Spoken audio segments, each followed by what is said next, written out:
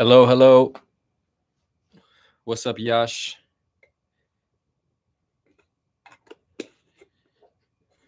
Yashua.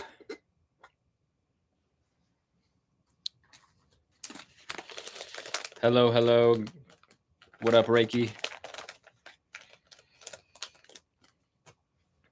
So, as promised, if you were in the live stream earlier,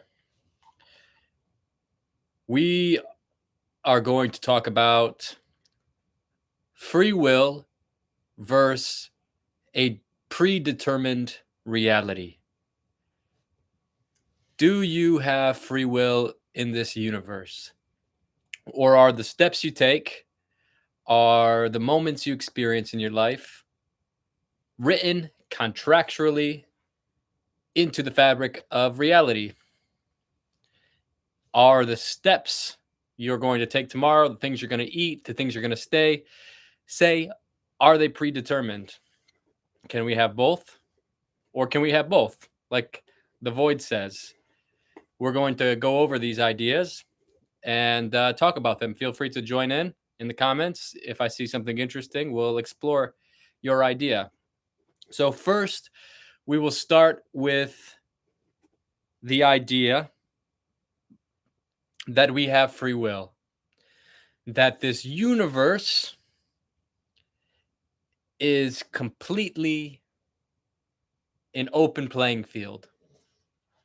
That if you want to open your hand right now, you can open your hand right now. If you want to go take off your clothes and run naked in the street, those options are available to you.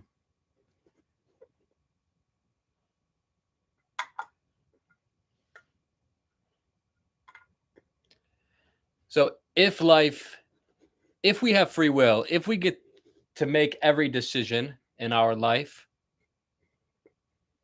what does that mean?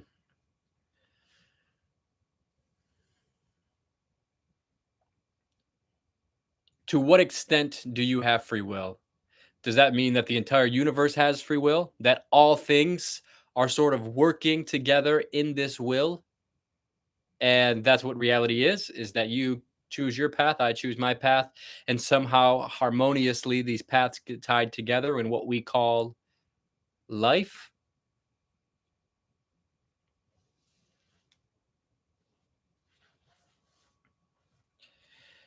Reiki says you have free will, but you are destined to go in a particular direction, which is for the greater good to fulfill your mission on Earth.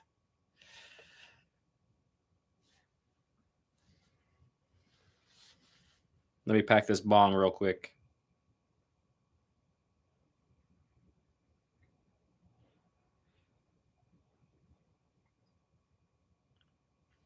Well, this is kind of the idea in the Bible.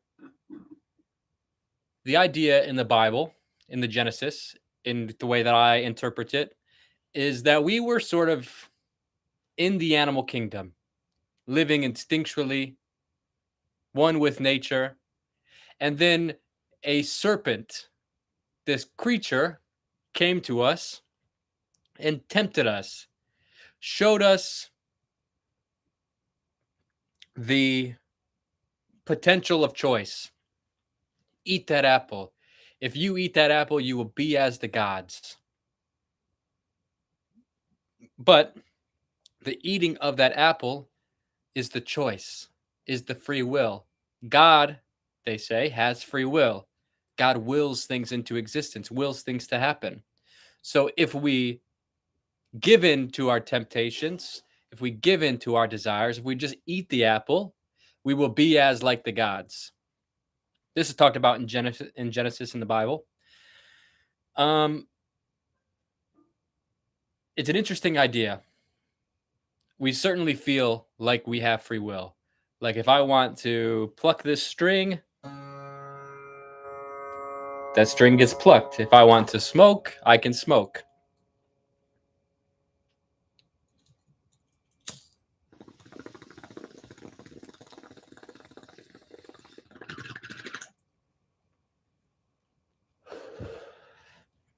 So what would it mean if we lived in a predetermined reality?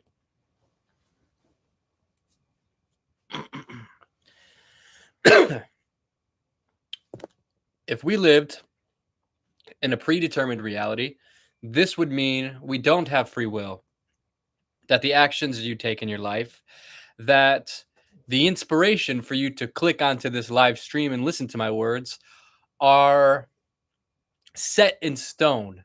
They're written in the stars. That somehow, when the universe started, this moment was implied. All the chaotic factors in the universe were working harmoniously together to inspire this moment, and you had no say in it whatsoever. This is this tends to be the place I fall or lean towards as far as what reality is. I don't think that we have free will, and I'm very interested for someone to uh, give some good arguments or ideas for free will in the comments or in this live chat here. Because for me, when I look out into the world, I see I have no true unique inspiration in my actions. Okay, say I'm inspired to pluck that string. There are a lot of first place.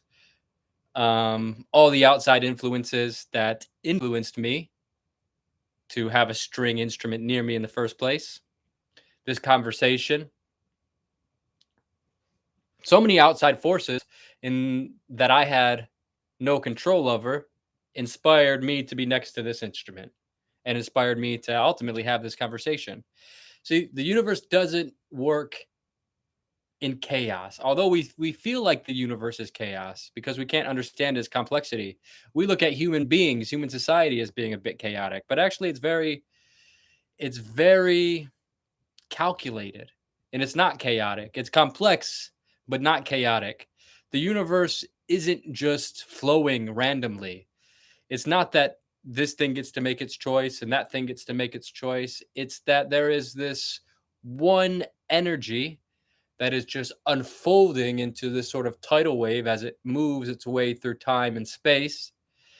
And it's just a pattern. We somehow have woken up inside of an ego. And all spiritual traditions ultimately say that the ego is a hallucination. It's not real. It's your goggles you view the world through. But it's not actually the world. You know, you confuse the world with your perception of it. You know, if you're a rich kid in the suburbs of, I don't know, of San Francisco or Los Angeles or something, and you're born in this big rich house, you never had to work, versus somebody that's born poor in India. You know, you have two different perceptions of the world. The world is just this one energy, but these goggles are perceiving it as being two separate things. So it becomes predetermined when you look at it in a very cosmic way. Actually, if you look at it in astrological way, astrology, and I'm not like a big astrology person, but when I view astrology, what it's saying to me is that if you look at the stars, you can understand patterns, that these patterns have an effect on reality. Certain things happen during this time, just like if it's December in Michigan. The snow will come, water will freeze, it will be chilly. You can expect this because these are the conditions of this certain time. And you know, they say that the moon controls the tides, you know, makes the tides go in. The human being is made of mostly water. So these celestial forces also have an effect on on us because we are water bodies in some sense.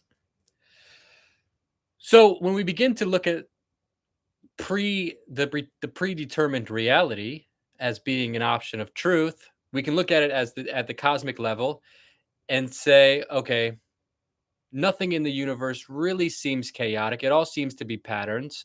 Okay, if I and you trace the patterns, begin tracing the patterns, which is what science does. We can argue about whether science is real or a conspiracy.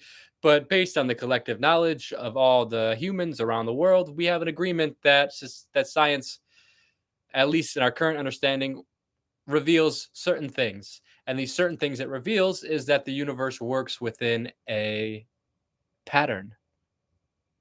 Certain steps result in a certain outcome. There is a destiny that the universe seems to be working towards.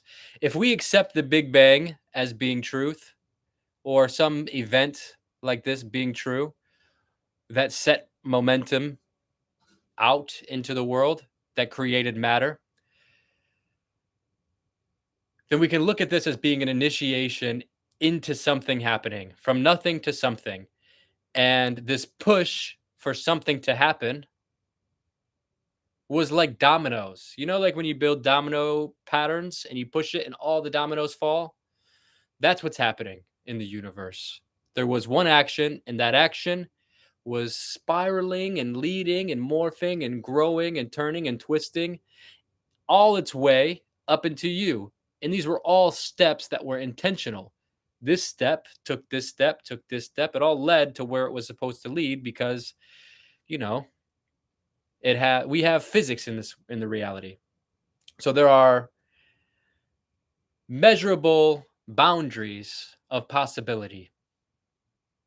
And I think, well, my argument is that it's all predetermined, that somehow all the choices we make are predetermined, that your personality is not actually your personality. It was given to you by your parents' personality. And they got it from their parents, and they got it from their parents. And you can keep tracing this back and back and back all the way into that Big Bang point that we were just talking about. This is what I say when if you just trace the pattern. So you can even view culture, like culture gives us our personalities. We are cursed with a certain worldview based on where we are born in the world and based on which family we are born into. There are so many factors that inspire your actions and inspire you to be who you are, that you feel like it's who you are, but it's not actually you. These are all things you picked up and that were given to you on your journey through human existence currently in this era.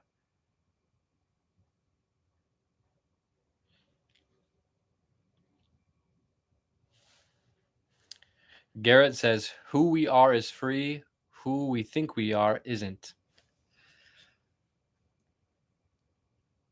Yeah, because there is a part of us somewhere beyond the limitations that is absolutely free. But as soon as we start identifying with these cultural roles, with our personalities, with our family, this is where the limitations start to tighten. This is where, like, you get to say, like, this is where you're not free because you're now in a box. You're saying, I am this, I am that. I'm an American. Today's 4th of July. I'm very proud. I eat this on 4th of July. It's like these things keep you from being free. And it's so it's essential in a lot of ways to play these stories, because who are we without our stories, This is the paradox of the ego. The ego keeps you from freedom, yet it's the boat you take towards to liberation. And we don't ever want to get off the boat because it's nice to be lost in this big drama, to be who I am and I'm playing this game, to be who you are and playing. If we were free, then the game is kind of over. We are merged back into everything. So this illusion of free will is a blessing in the sense it allows us to feel a sense of control. It allows us to feel a sense of urgency, a sense of authority in our experience because it feels so real. It feels so dramatic. We feel in it. But actually, this is our lives. Our lives are just a burst of energy temporarily happening. And there is a part of you beyond all of that temporary burst that is like free already. You're already liberated. There's no actions required. Your will is finished in the face of enlightenment. There is nothing that needs to be done in the face of the enlightened soul, or at least that's what, like the kind of stuff they say. I don't know. But so this is just kind of like my ideas of free will and predetermined reality. I can't find any good argument that we are in a pre or that we have free will. Ultimate liberation is death. I don't think so. I think ultimate liberation is realizing immortality. Because what dies? If you This is just another ego trip. What's dying? Your energy. You are energy. You're not the story that you're pretending to be. You are pure energy that has always existed. Always existed. You are the cosmic energy itself, but you're playing whoever you're playing.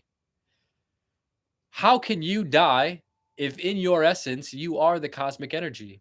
This idea of death, there's no liberation in the idea that was sustainable, you know?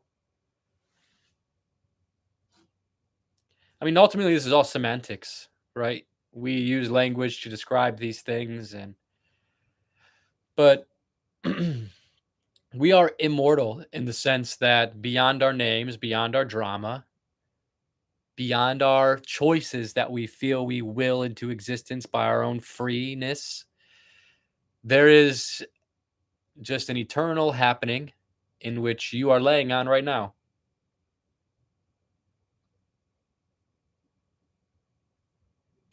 But we're always dying, no? No, I don't think so. How can you die if you are the eternal energy? What's dying? Yes, the body dies, the ego dies, but beyond that, there is a part of you that what moves your body? What is this thing that I can use to speak? What is this energy? Physics says energy cannot be destroyed. It can only transform into something else. It can only pass. We are okay, so people can change their names, you can change your clothes, you can change the way you look. But when you stop moving, when you die, people say you're gone. So people identify the energy more so than the personality. Because you could change your personality a million times, but once you stop moving and you're dead, then it's gone. So there's a part of us that recognizes a person is its energy. It is its life force. So if we are our life force, we are our energy, and we acknowledge that energy can't be destroyed ever, then why do we assume that we are any part of the body? It's just because we have a limited view. You know, we don't have a way to measure what happens to that energy after. What happens to the ego when that energy decides to go somewhere else? Is the ego itself energy? Does it go and grab a hold of a new life? Does it have a new experience? These are unanswerable questions. I mean, there's lots of people that say they know. Reincarnation is one theory that falls out of this idea. Is that energy just keeps bouncing around into form, into form, into form. It just keeps changing, morphing, growing, ever expanding, like just this beam of light. Because what shape is light? What shape is consciousness? It just is.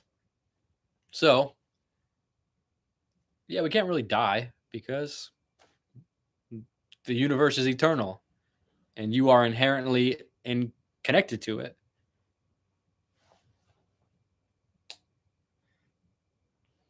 What would be the worst possible thing that could happen after the death of the physical body? Because traditional hell is based on physical torture. It's an interesting question. The worst thing that could happen after death, I guess, would be to be like conscious, but in yeah, I mean, I guess hell would be pretty bad. But I guess to be like conscious and lost in infinite nothingness, but aware of it, overwhelmed with loneliness, echoing into nothing. There's nothing even around. But maybe that's what happened in the beginning. We were just this consciousness and nothing. And we just decided to dream. And since then, we've been dreaming and dreaming and dreaming. We've lost ourselves in a dream loop. Do they die when you wake up? Who are the people in your dreams? Who are the people in your dreams? What are dreams made of? What are the walls and the floor and the ceiling in your dreams made out of? And when you're in your dream, why do you accept it as being real? You wake up and then you're here and you realize, oh, it was just a dream. I was in this physical reality. It felt physical, but it wasn't. It was all fake. Why can we not assume the same for this reality?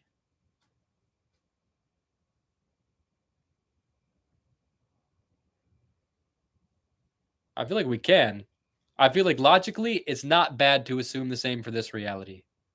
This is kind of the meaning of Om in some ways. The symbol Om. This symbol represents the different levels of consciousness available within the human vessel. The waking state, the state of reality in which we are occupying currently. The dream state, the world of imagination, creativity, the astral world.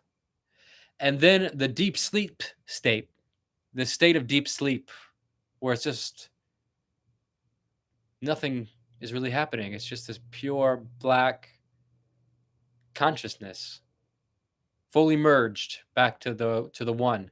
There's nothing happening. No appearances, no feelings, just the depth. And then there is the transcendent state.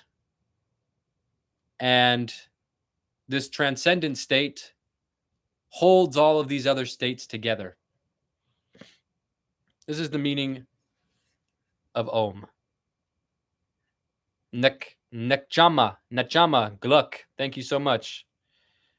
I love that you're singing Christmas songs right now. Brad, can't wait to meet you in Peru. Followed you for a while. I cannot wait to meet you in Peru either. You're going to Peru with me? Let's go. Thank you so much for the love. Thank you for the donation. We'll get to spend some great time together in Peru.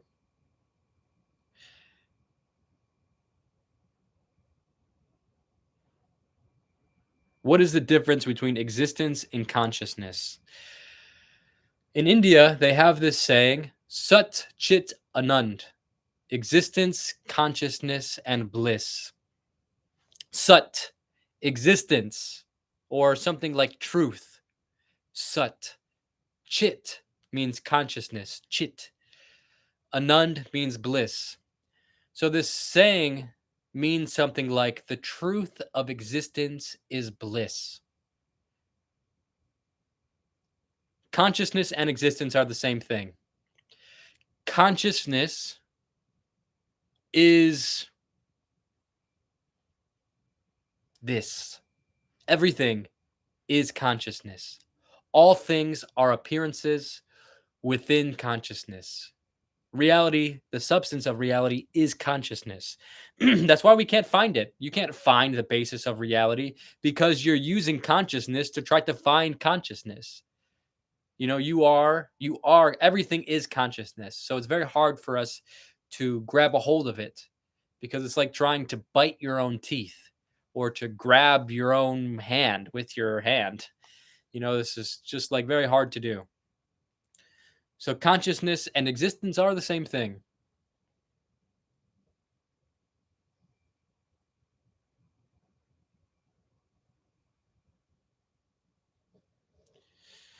So it's like a field from which everything comes. I wouldn't say it's a field. It's more of a point. Think of a video game. You know, you play a video game and it's just a point. The point being the TV. And this whole world exists within this point. It's not like if you climbed into the TV, you would be in this, game field. And if you go left, there's San Andreas. And if you go right, there's Mario. It's that within this point, infinite space exists within one point.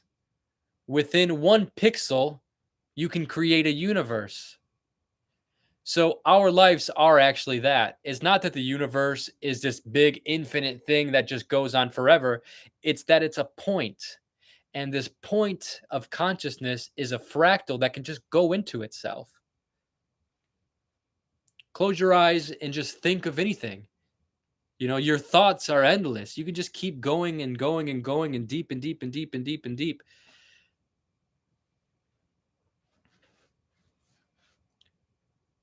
Nachama, do you think the fact that pupils are black and staring into them, one sees the. Thank you again for the donation. Nachama. Um, I think everything is connected. I think there's patterns. This is like going back to the first conversation of this live stream, that reality is predetermined. There are patterns. There's a really good book, The Cosmic Serpent, and it talks about how these people in the Amazon jungle would look for patterns in nature. Like if you get bit by this one poisonous snake, there's another tree that has these points that look like snake teeth on it. If you use that plant, it cures the snake bites. And in this book, it goes through a lot of different things. It talks about how, like, walnuts, they look like little brains and they're really good for your brain. Things like this. How nature is a reflection of itself. That if you look for the patterns, you can start to see, like, the connections. So yeah, I think maybe, why not?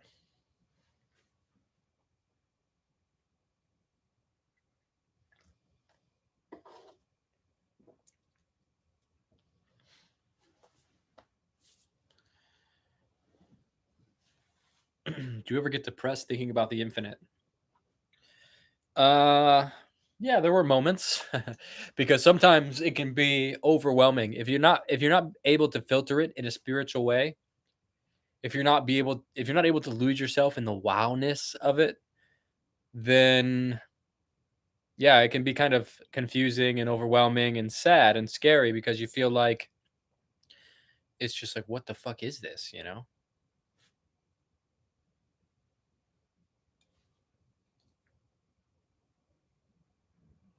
Tell us about demonic possessions. Demonic possessions can be a lot of things. I can give you an example of demonic possession would be things like greed, things like lust. These are spirits that inhabit people, that allow them in. If you allow these things in, then they take control of you. They're like kind of interdimensional parasites or something. And you've heard of those, like, different parasites that, like, will get inside of a grasshopper and control its body and stuff and make it kill itself so the parasite can eat it, or all these crazy little uh things that exist. Well, I believe we have these in interdimensional realms also. Is my bong broken? Yes, chipped. I have another one. I have a brand new one of these, the same exact one, but I I still smoke this one. Smoke the broken one.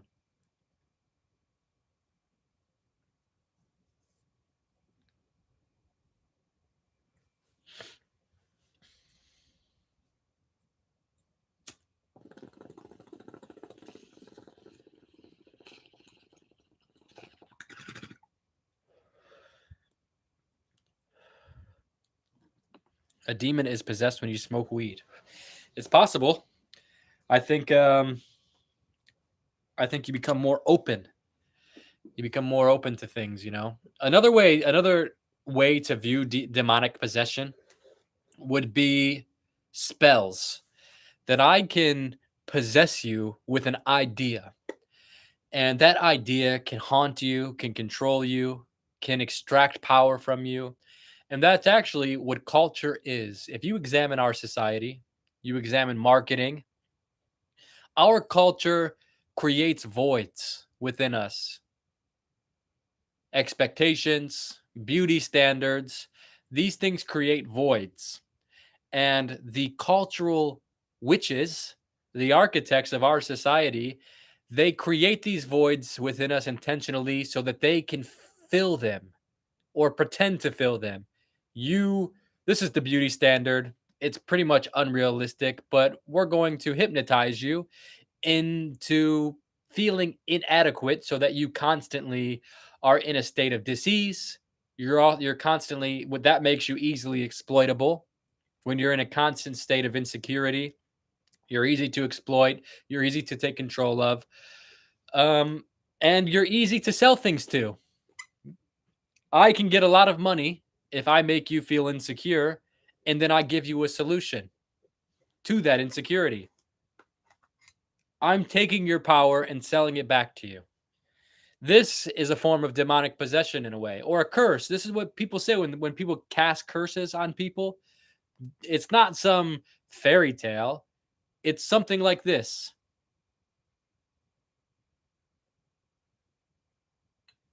Does that make sense?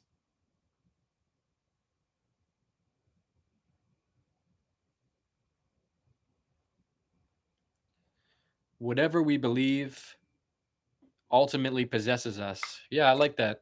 That's true.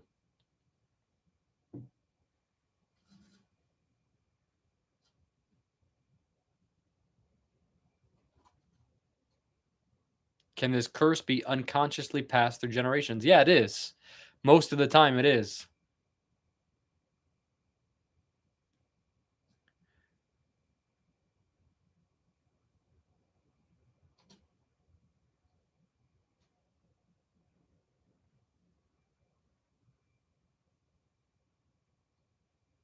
How does meditating help in realization?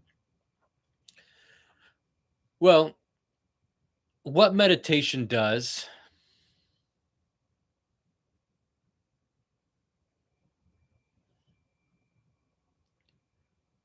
meditation, it's not about like becoming something on meditation. You don't meditate to get somewhere. You meditate to be where you already are. Because the thing is, we're hypnotized by our thoughts, like we're just talking about. We're hypnotized by the flash. We get lost in our anger. We get lost in our lust. We get lost in whatever thought is overwhelming us in the moment. Meditation is just like traffic control. You know, India is a crazy place. There's no traffic in India, and here in the U.S. we have lights. Sometimes we have guards directing traffic. So I imagine the normal brain to be a bit like Indian traffic, and then a brain that's beginning to engage in meditation to be a bit like traffic control, where the realization comes is I'm not that thought, actually. That thought's coming. Okay, I see it, I feel it. That thought isn't even me. Goodbye. Halas. And then yeah, I mean it's just a dance forever, you know, we are constantly in this dance forever. But the realization is that one realization you'll get from meditation is that I'm not my thoughts. That all these thoughts that are arising, all these flashes that come up, they're not me. So when you begin to realize they're not you, you loosen the authority that you give them, and you're not so reactionary anymore. Just breathe, as Theo says, just breathe.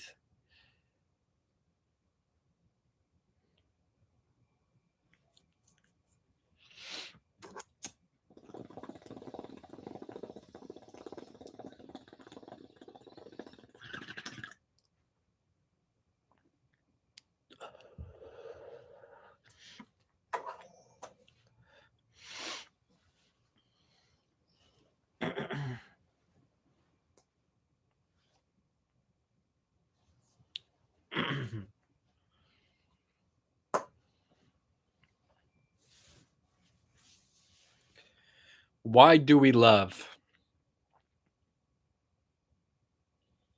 You know, my friend asked Bhavani Baba, my spiritual teacher. My friend, she asked him this question one time. She said something like,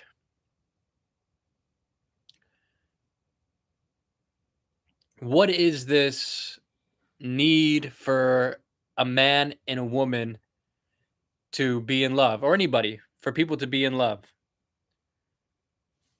Why do we have this craving within ourselves?"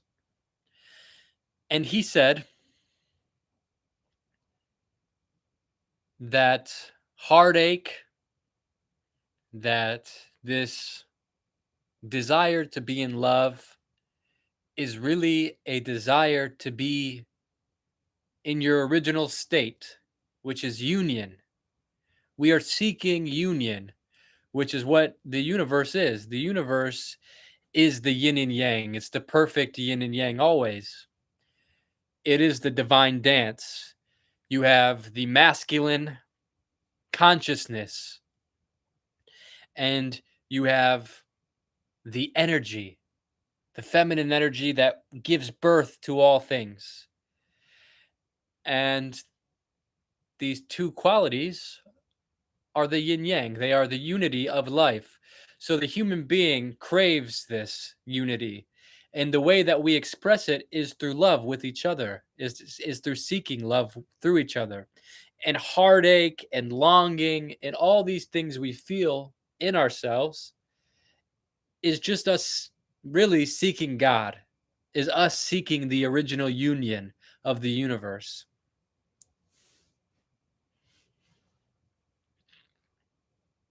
Transgender seems to play a role in Hindu.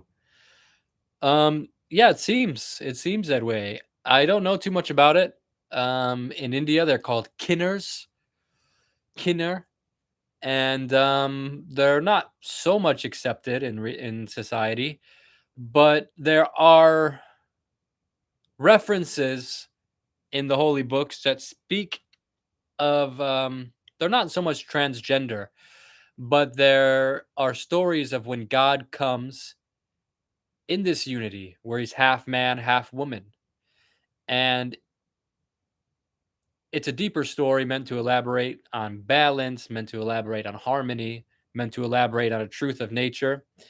But you could argue that transgender people, or at least people that are non binary, that feel maybe like both or transcended, that they're tapped into something spiritual.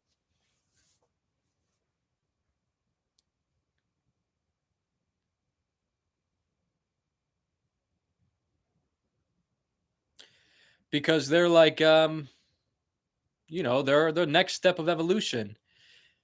Maybe it's not expressed in the way that it's going to be expressed in the future, but if we become machines, if we take on the idea that we are not the body, because it's ultimately a truth, we aren't the body, um,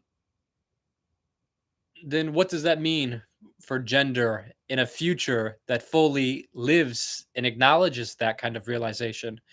Then things like sex and gender become kind of meaningless. They kind of become distractions.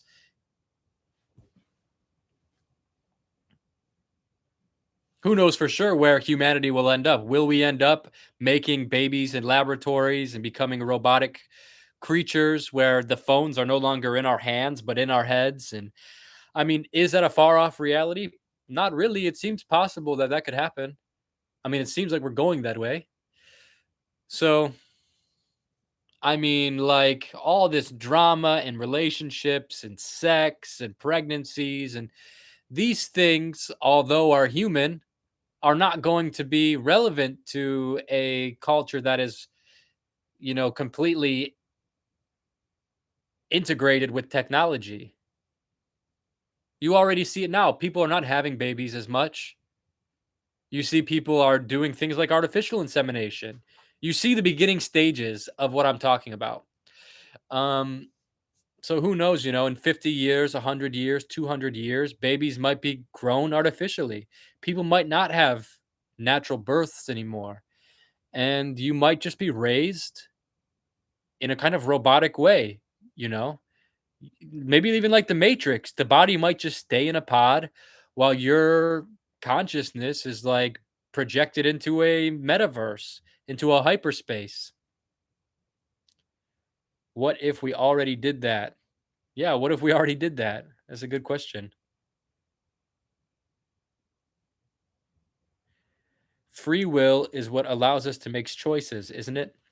Well, we talked about this a little earlier, but I will reiterate my point against free will is that give me an example of a choice. Michael, thank you so much. Wow, I really appreciate that. I love your picture of your squirrel. Michael. Okay, so let's use Michael as an example. Did Michael have the free will to make that donation, which I appreciate? Um, well, you would really need to examine Michael's life.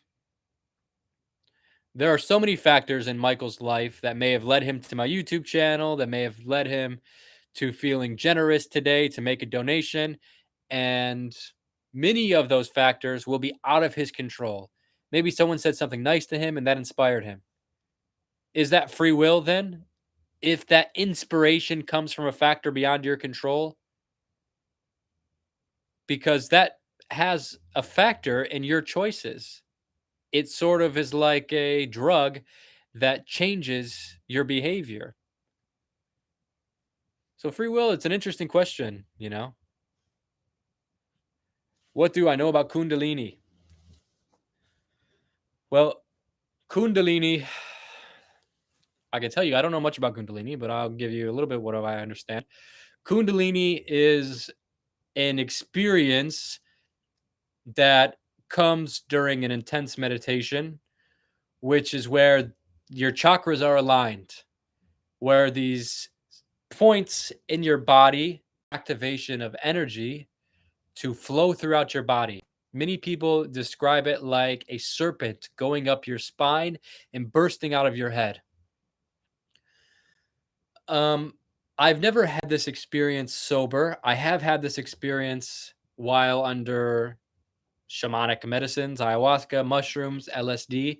I've had these experiences. And I've met people in India who have had them sober. So I do believe that they are possible to have sober. It's an experience, a burst of energy that brings you to an enlightened state of consciousness where you understand deep spiritual truths. It's like, being into the motherboard of the Matrix or something. It's flash of white light that you merge into. And in that white light, although there's nothing there, at the same time, everything is there. And there's no need to intellectualize anything when you're there. So it's like no shapes take form. Even though I know everything is there, there's no shape that needs to take form because I don't need to intellectualize it. It's just there and I know it is. And it's just everything exists within this white light. And that's kind of what my experience in Kundalini is. Um, the sadhu that we gave 5-MeO DMT to, he said that it's artificial Kundalini.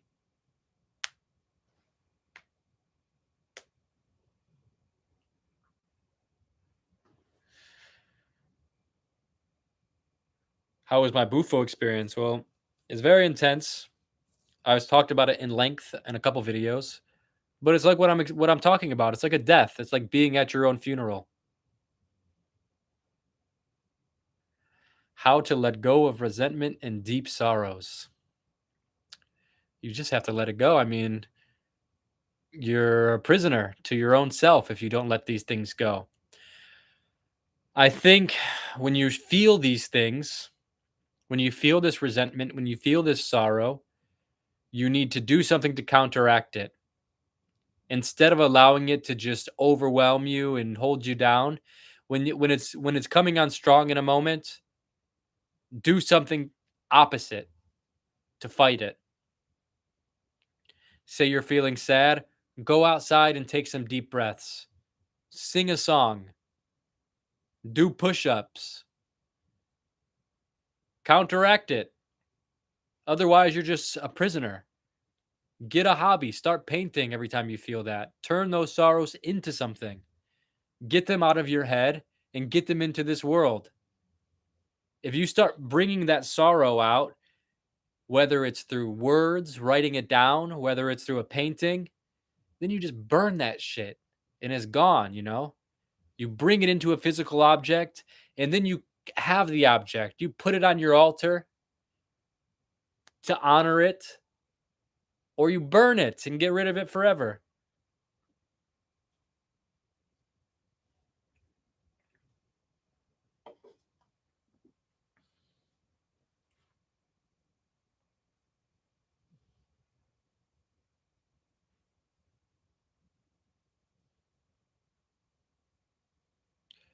Can you only know when you are your higher self after you've been your highest self? Can you only know when you are your highest self after you've been your highest self? I think you are always your highest self because when you are doing wrong in your life, the part of you knows, when you're doing something that's a little, you shouldn't be doing, you know. So the higher self is always there. We just don't acknowledge it all the time, but it's always watching. It's always pay attention and you'll start to see it crack through.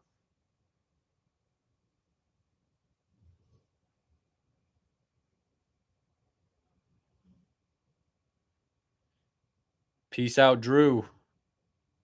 How did you find your spiritual teacher? Many years exploring, many years seeking, many years asking questions. That ayahuasca worked me over pretty good. Yeah, it'll do that. Isn't identity so important to grasp yourself, not just what you think you are, but what everything that belongs to you, what you are? Yeah, identity is very important. The thing is not to confuse your identity, your story, with the ultimate truth. Live who you are. If you like something, like it. If you like to play guitar and you like to flirt with girls, do that. But just remember that there is a spiritual part of yourself that transcends all of that.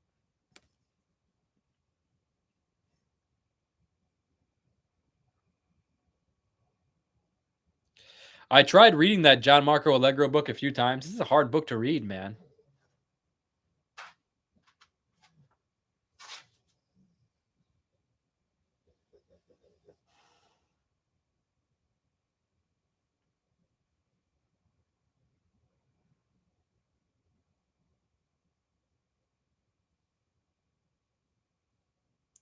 If we know things are bad for us, why do we do them?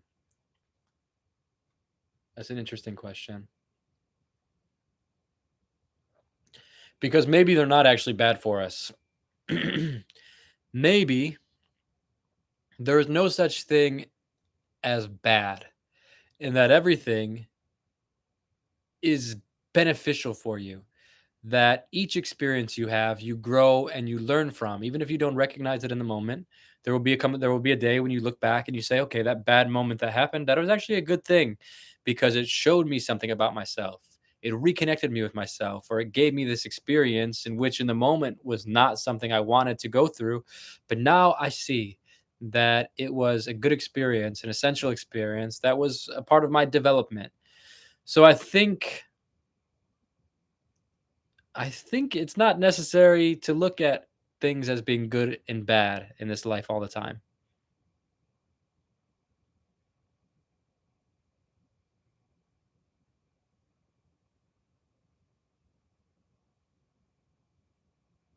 Ever live in India or recommend it? Well, I've lived in India for many months at a time. Um, I would recommend it, yes, not to everybody. I think there's certain people I would recommend it to. Um, it's a very good experience, a very challenging experience, especially if you're from the West. If you're from the United States, then living in India is definitely a new experience and very powerful experience.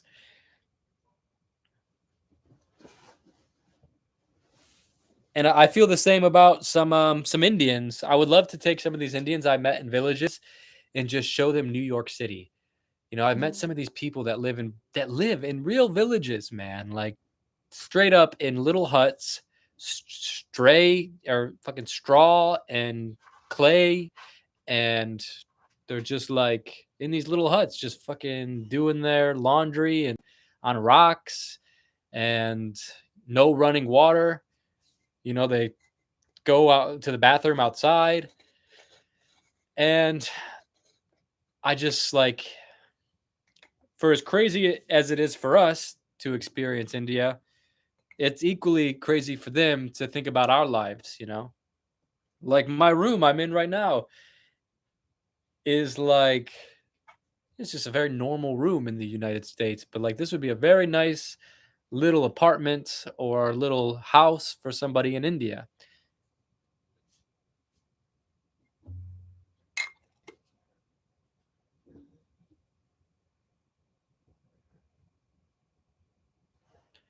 God really is dead. The search lives on.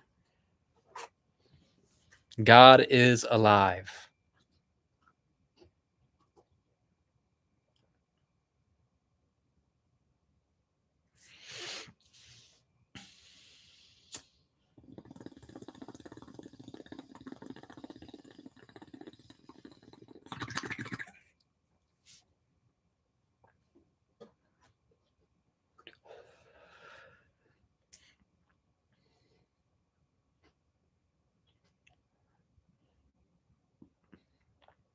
What's my opinion on David Icke?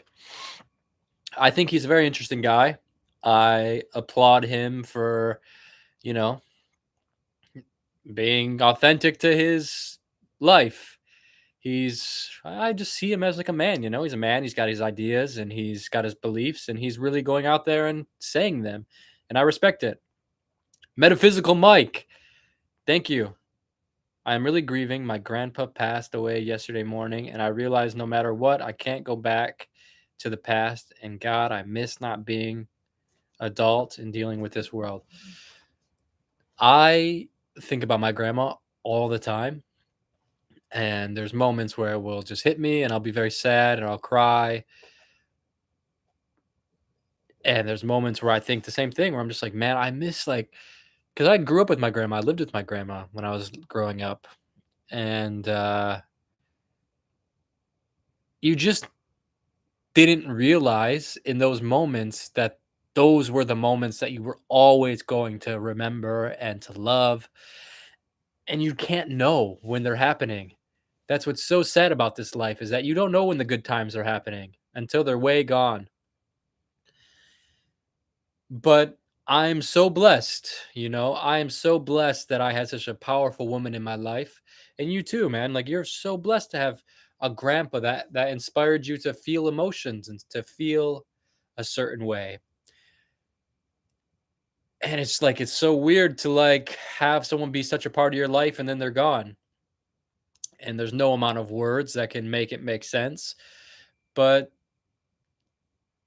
you just really have to just keep going, you know, and you have to just know that they're still here in some way, in some form, and that it's always here. We all meet again. You know, we do this dance for many, many lifetimes. When my grandma was dying, I would ask her questions. Grandma, what do you want to happen when you die? And she would say things like, I really hope I get to see my grandma again and I get to see my mom again. And one time I asked her this question, Grandma, what's going to happen in the next life? And she told me, in the next life, you're going to be my grandma, that I'm going to be her grandma. So, you know, I trust her. I'll play this dance with her a couple more lives and I'll see her again. And just like you, too, don't worry about it.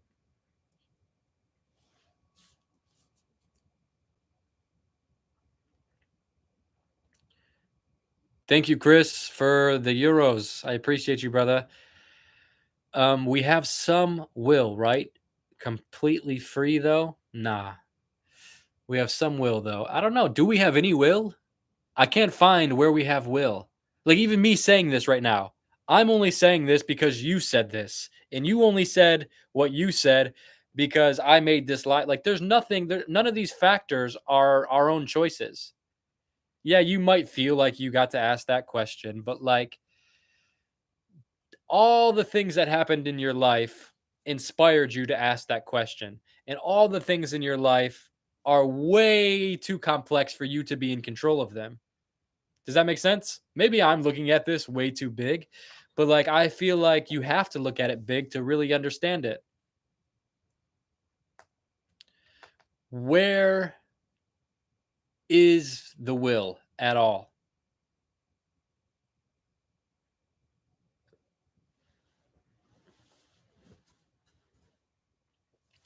Alan Watts, let me see if I can find this quote.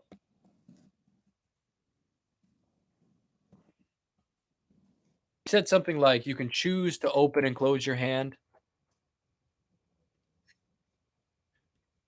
but how do you choose to choose? Let me see if I can find the quote.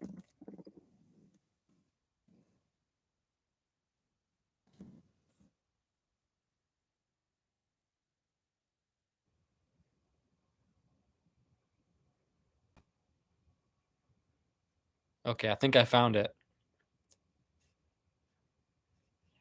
I'm going to read this to you. We will end this live stream the way we opened it.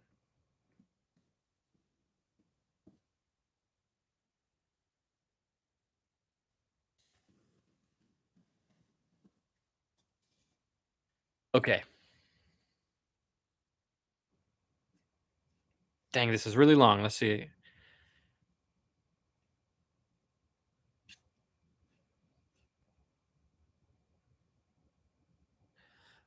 Okay. Alan Watts talking about free will. For you see, when we come down to it, you think you decide things, but you don't know how you do it. How do you open and close your hand? You can decide, okay, I will now open my hand and do it, but you don't know how it's done.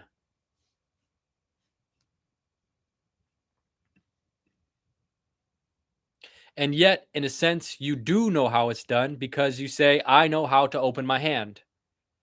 But you don't know in words. You can't explain it.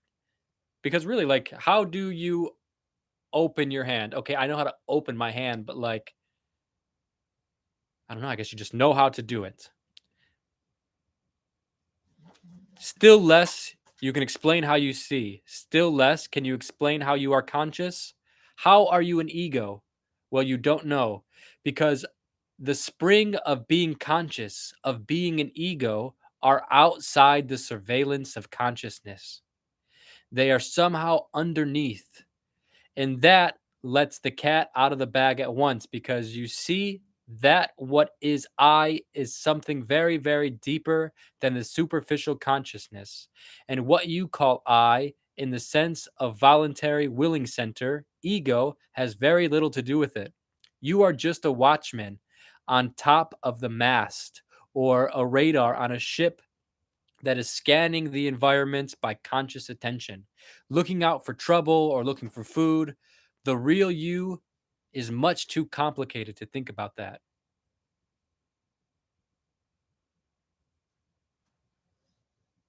I thought this was going to be more about free will, but I guess not. Okay, let's just type in Alan Watts free will.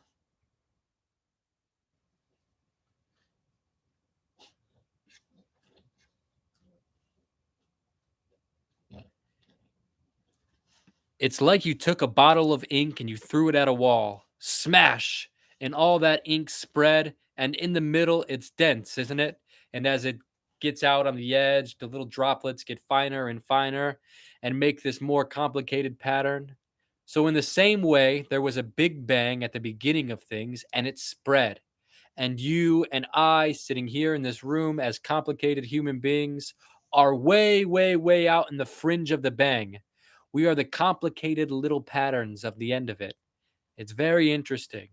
But so we define ourselves as being only that.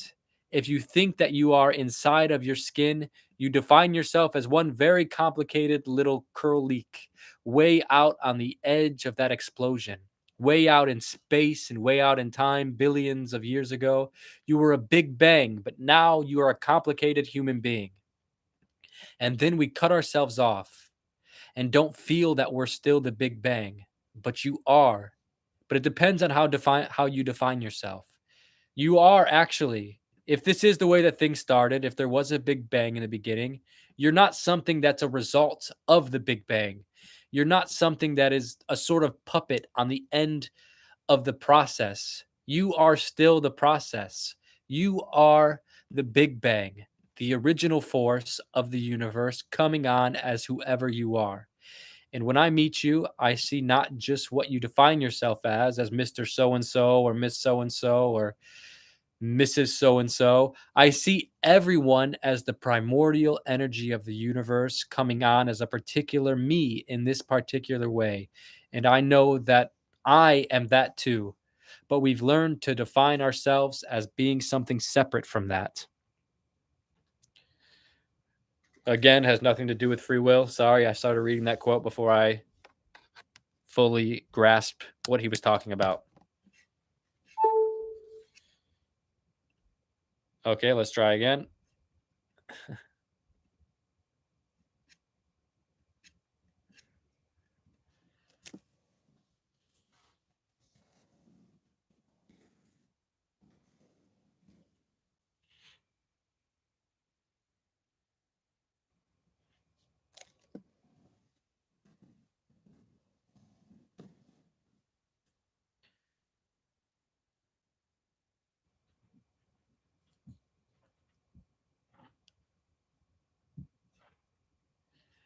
You are a function of what the whole universe is doing in the same way that a wave is a function of what the whole ocean is doing.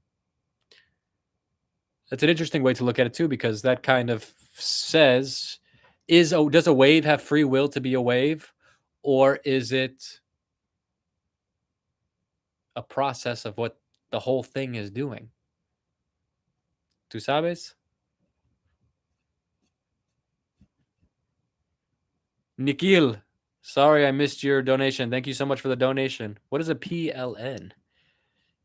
PLN currency. Polish. A Polish zloty. Nikhil, are you Polish? We got a Polish Indian in here?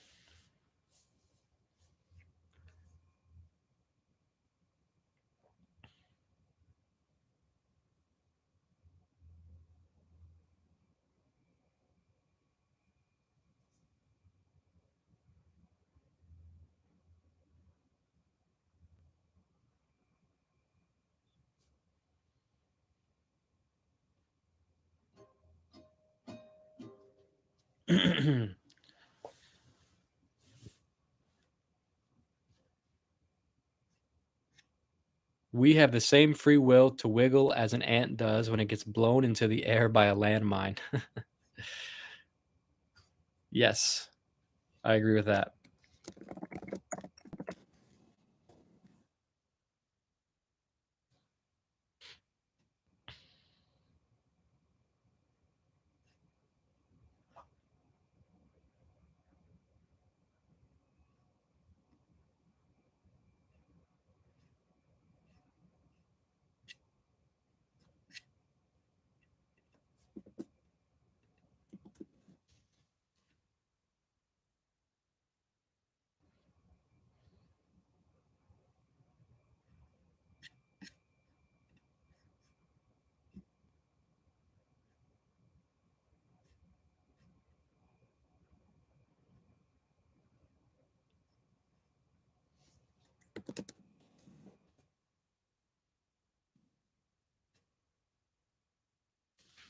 Sorry, we got quiet for a second there.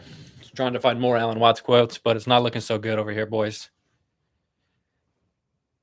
I felt I became wiser when I read books, did meditations, and 2 low-dose trips. Later, I observed myself going into the same cycle.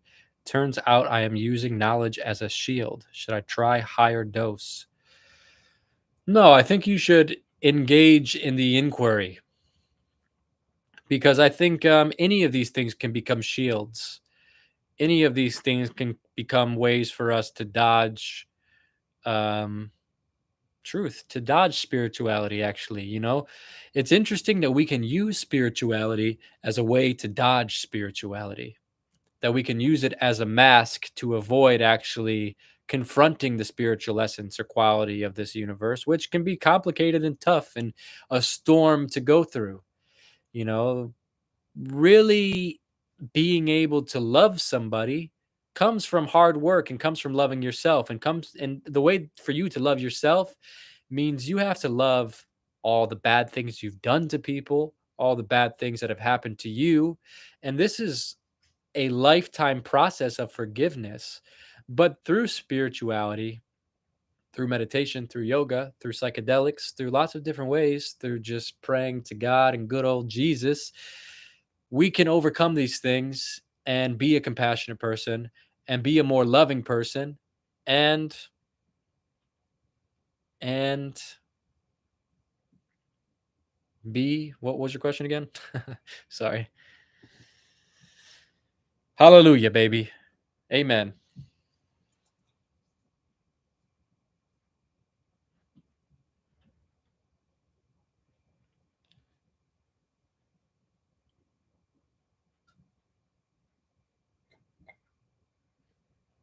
What's the cosmic joke? The cosmic joke is your own life.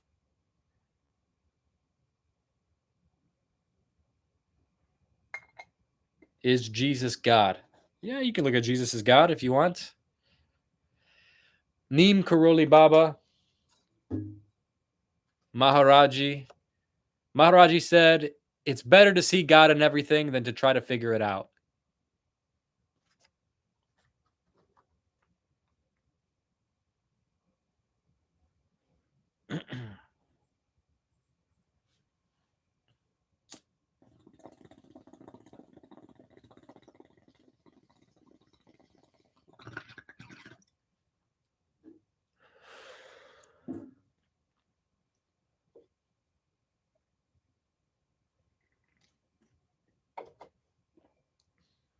The million masks of God. The million different names, none of which say what it is. Would you ever go back to school? I'm in school, baby. No, I've never seen sword swallowing in India. Past life regression. I've had some past life visions. I'll talk about those in a YouTube video soon.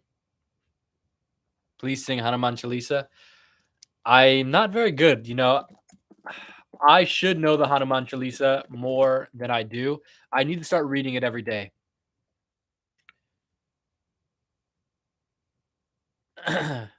Because I don't know it off the top of my head, all of it.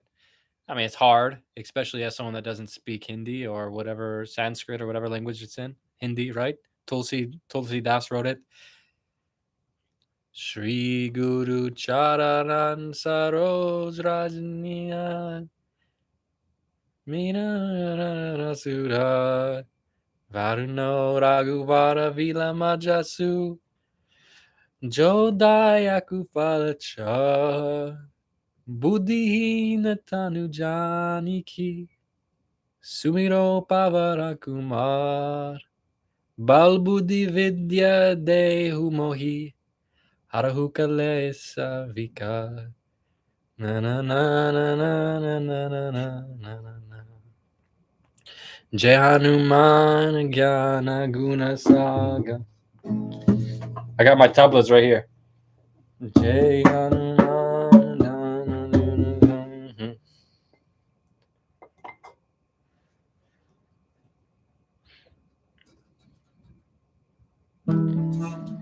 The Hanuman Chalisa, Neem Karoli Baba called Hanuman Chalisa Maha Mantra. Said every line of the Hanuman Chalisa is Maha Mantra, is the great mantra. Jai Hanuman. You should never start Hanuman Chalisa without finishing it, but it's very long and I don't know it very well and I don't want you all to laugh at me.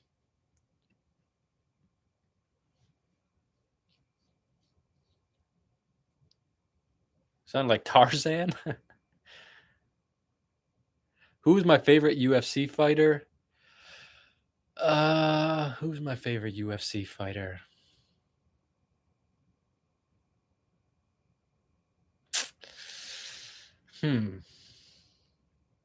That's a tough one. I like Angela Hill. I like what's the Mexican? Brendan Moreno. I love Brendan Moreno. I think Brendan Moreno, he's one of my he's definitely top 5. Anderson Silva. Anderson Silva's top 5. GSP. I like Johnny Walker. I like Islam Makhachev. I like Alexander Volkanovski. I like Israel Adesanya. I like Johnny Bones Jones. Brendan Schwab.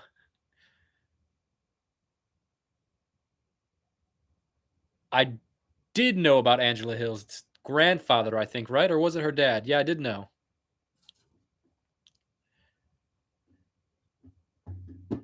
Amanda Nunes. What do I think of Islam? Islam the religion or Islam the UFC fighter?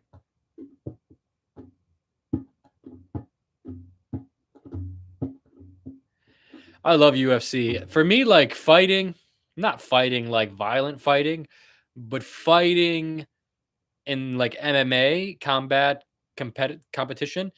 It's I view these guys as like yogis because for one, the mastery and discipline over the body that they have, the endurance they have, and the just that insane. Like I've done some jujitsu classes, I've done a little bit of wrestling and stuff, and I'm wore out after a minute. Literally, that's not even a joke. Like going hard and wrestling with someone for 1 minute, 2 minutes, and I'm like dead. And these guys are doing 5 minute rounds. I mean, you think boxers do like 12 rounds? Very impressive. And the thing that these guys can make split second decisions in that moment of such a high adrenaline intense moment that they can make these choices real quickly. For me, that's like a yogic power.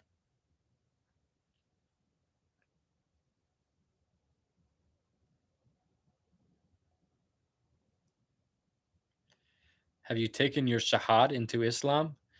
No, but my first girlfriend's name was Shahad.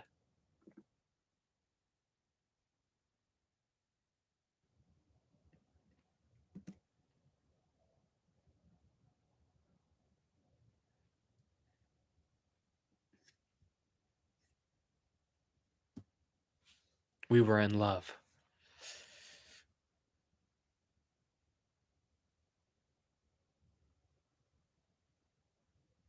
What up, Frankie? Be here now. Talk about her? Well, I met a girl. Her name was Shahad. We were going to school together. We fell in love and we were high school sweethearts. We went to all the dances together. I broke her heart a lot. I cheated on her with her friends and I was just a dog, but I loved her and I love her still as like a human being. She has a beautiful family now, cool husband, 2 babies, and that's cute, even the cheating. Thanks.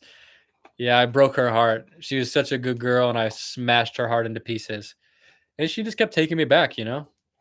But like being a young boy is hard.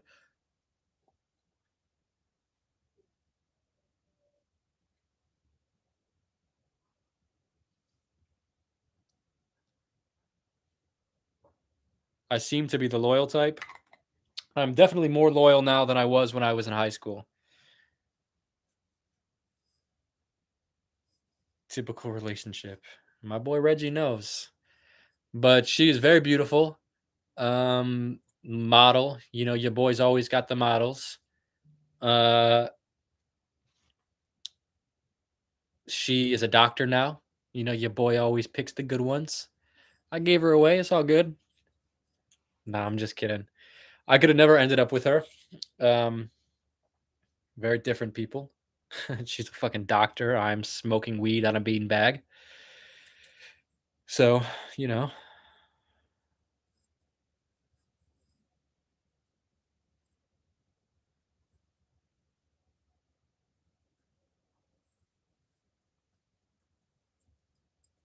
I'm looking better. Was I looking bad?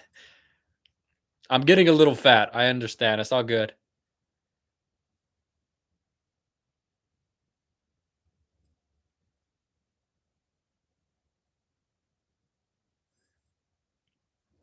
Yeah, I'm getting a little bit fat. But it happens, you know? It comes with age. People get fat when they get old. Why did I cut my hair? Because who cares? I like my hair long. I look better with long hair, okay?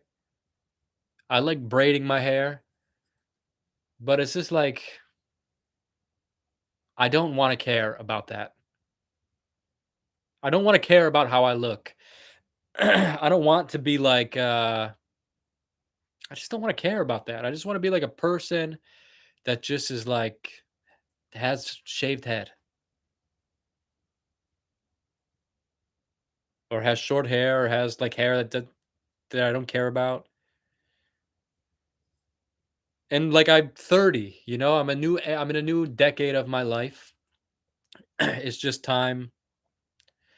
It's just time to like just stop caring about stupid stuff, you know? I don't care about looks.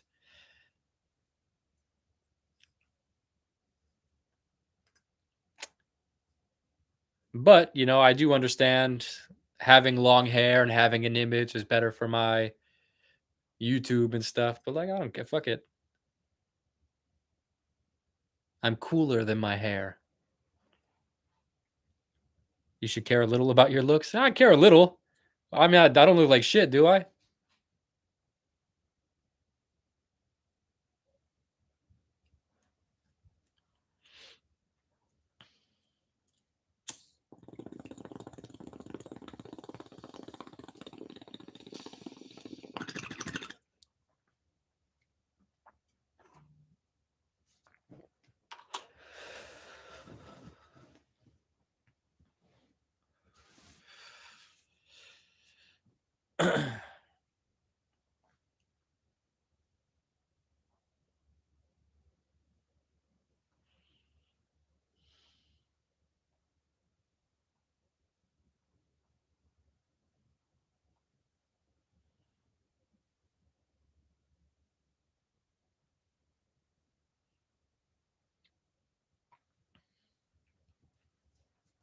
What made you become more spiritual?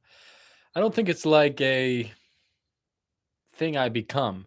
I think I felt like this always. Even when I was a little kid, you know, like I looked out into the world and that feeling you feel when you're a little kid is the spiritual feeling. When you're a little kid and life is just full of magic. I don't want to speak for everybody, but I know a lot of us can know what I'm talking about. There's just like you see a different world, and all I'm doing is trying to stay there.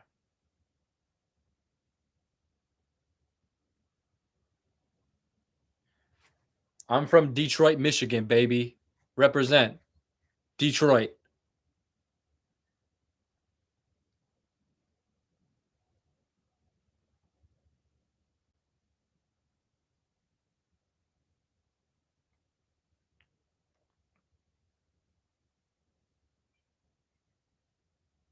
Motor City, that's right.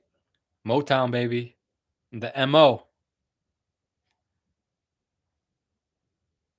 Do I know who Neville Goddard is? No, I know who Neville Longbottom is, though.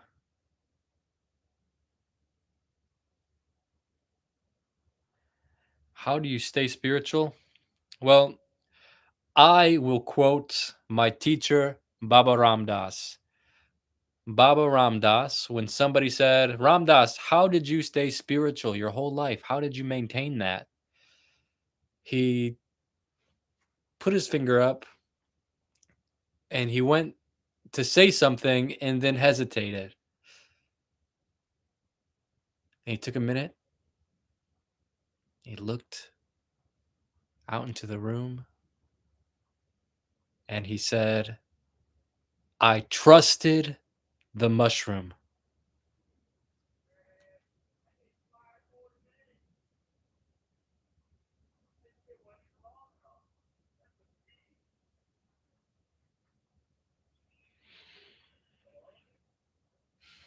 I do not know Big Sean or Eminem personally, but we were just talking about Shahad.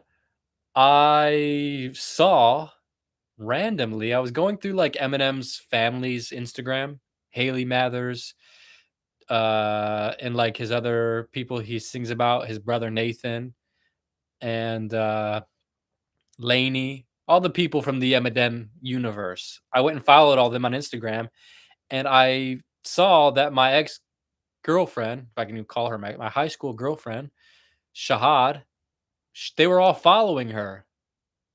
They all follow Shahad. So she's all tied into the Eminem family. So they're not that far from me. They're not that far removed.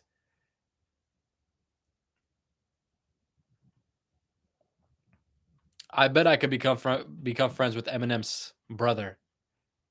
He's around here. We got mutuals. Was she a Muslim? No, her family's Christian. How can you become an Agori? You are an Agori. Everyone is an Agori already. Agori is our natural state.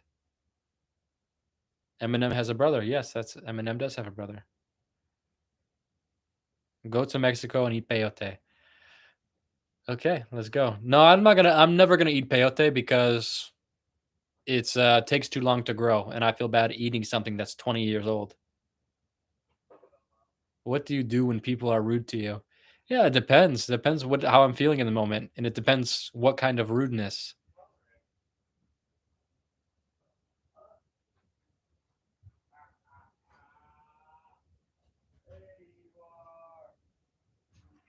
How often do I do psychedelics? Maybe twice a year, maybe a little bit more if I'm working at the ayahuasca center. In my own personal time, outside of work and ceremonies, I maybe 2 or 3 times a year.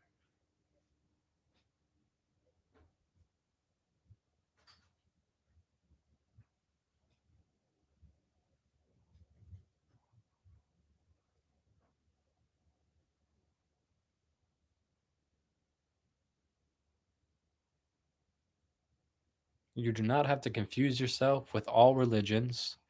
Just believe and trust in Jesus, and I promise he reveals all things. I appreciate it. Thank you.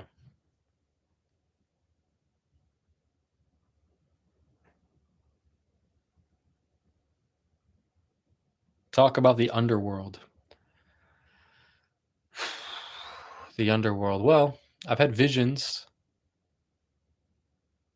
on mushrooms of the underworld. Um, there's a couple. There's like the elf world, where there's like the world of like the gnomes and these creatures that kind of seem to live underground, and you can see them on mushrooms sometimes, and um, or feel them.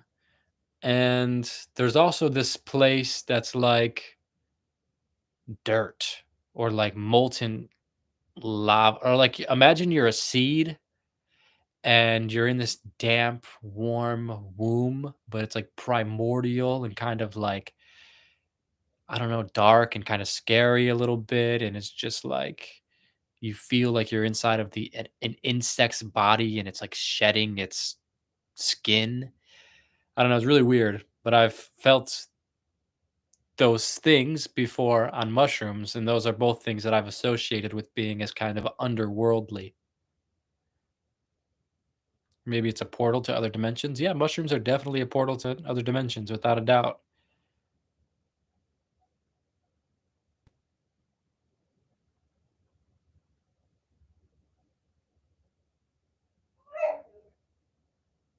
How many doses to get there? I don't think the doses are necessarily as important as your state of mind, as your intention, as the space that you create with your ceremony. I think it's very important to learn ceremonial magic, these old occult techniques and traditions and methods.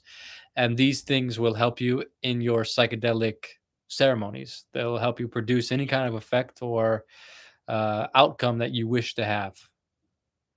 You know, look into Aleister Crowley, look into some of these guys, these old European occultists. These guys really understood ceremonial magic, and you can use those as guides and tools,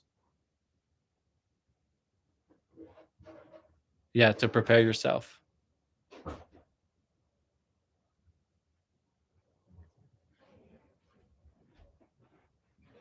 Are we in the underworld? Well, we're certainly in a underworld because there is, well, we have the sky above us, right? There's always something above us. Who knows what is above us in the heavens? But yeah, no, these are all states of consciousness. You know, these are all you take. You take an experience or a birth based on your level of awareness and your consciousness.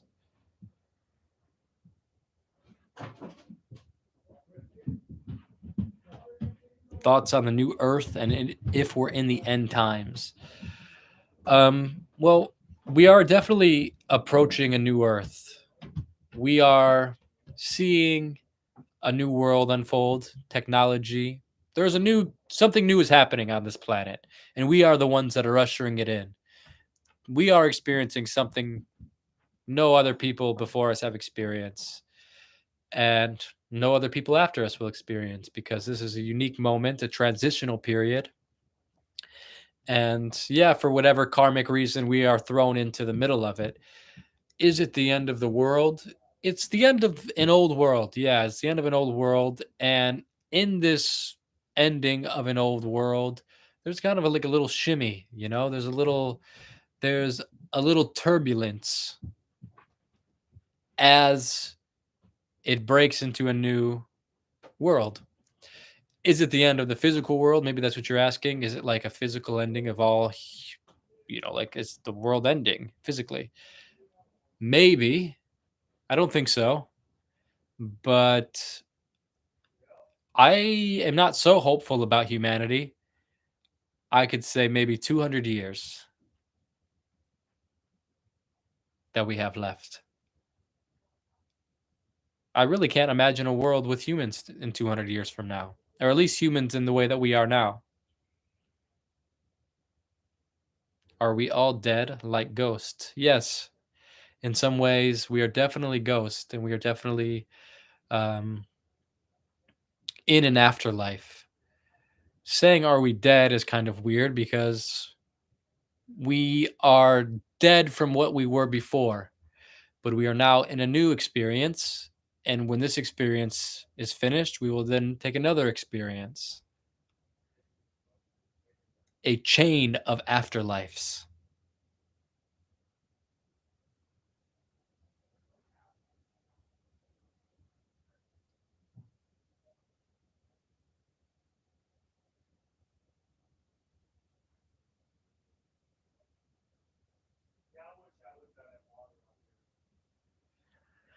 Well, my friends, I'm going to go welcome some of my family. I just heard them come into the house. So I'm going to go say what's up, say happy 4th of July. I didn't see anybody today yet, so it's my first time interacting with real life humans. And happy 4th of July also to all of you. If you're Americans, God bless America. And God bless your families everywhere around the world. God bless India. Jai Bharat. Jai Hind.